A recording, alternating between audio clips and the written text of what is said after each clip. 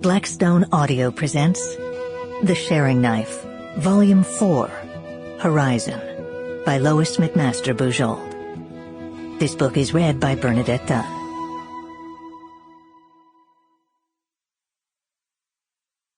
Chapter 1.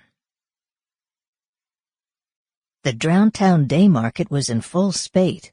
Fawn's nostrils flared at the strong smells. Fish, clams, critters with twitching legs like giant crawdads packed in seaweed, frying funnel cakes, boiling crabs, dried fruit, cheeses, piles of used clothing not well laundered, chickens, goats, sheep, horses. Mixed with it all, the damp tang of the River Grey, stretching so wide its farther shore became a flat blur in the winter morning light. The lead-colored water shimmered in silence beyond the bright, busy blot of folks collected under the bluffs that divided Greymouth's uptown from its noisier and, Fawn had to admit, more noisome riverside. The muddy banks were lined with flatboats at the ends of their journeys, keelboats preparing new starts, and fishing and coastal vessels that came and went more in rhythm with the still 10 miles distant sea than with the river's moods. The streets dodged crookedly around goods sheds, rivermen's taverns, and shacks.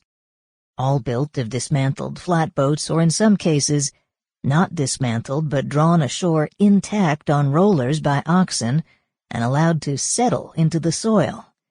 The owners of the latter claimed to be all ready for the next flood that would try and fail to wash the smells and mess of Drowntown out to sea, while Uptown looked down dry-skirted.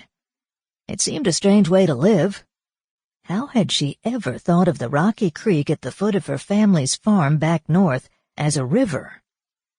Fawn shoved her basket up her arm, nudged her companion Remo, and pointed. "Look, there's some new Lakewalkers here this morning."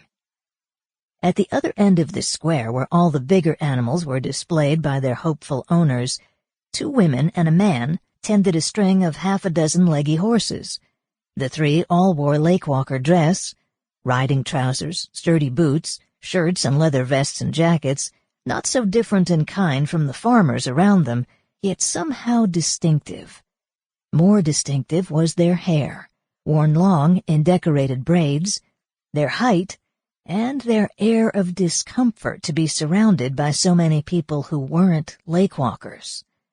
Upon reflection, Fawn wondered if anyone else here realized the standoffishness was discomfort, or if they only thought it high-nosed disdain. Sample complete. Ready to continue?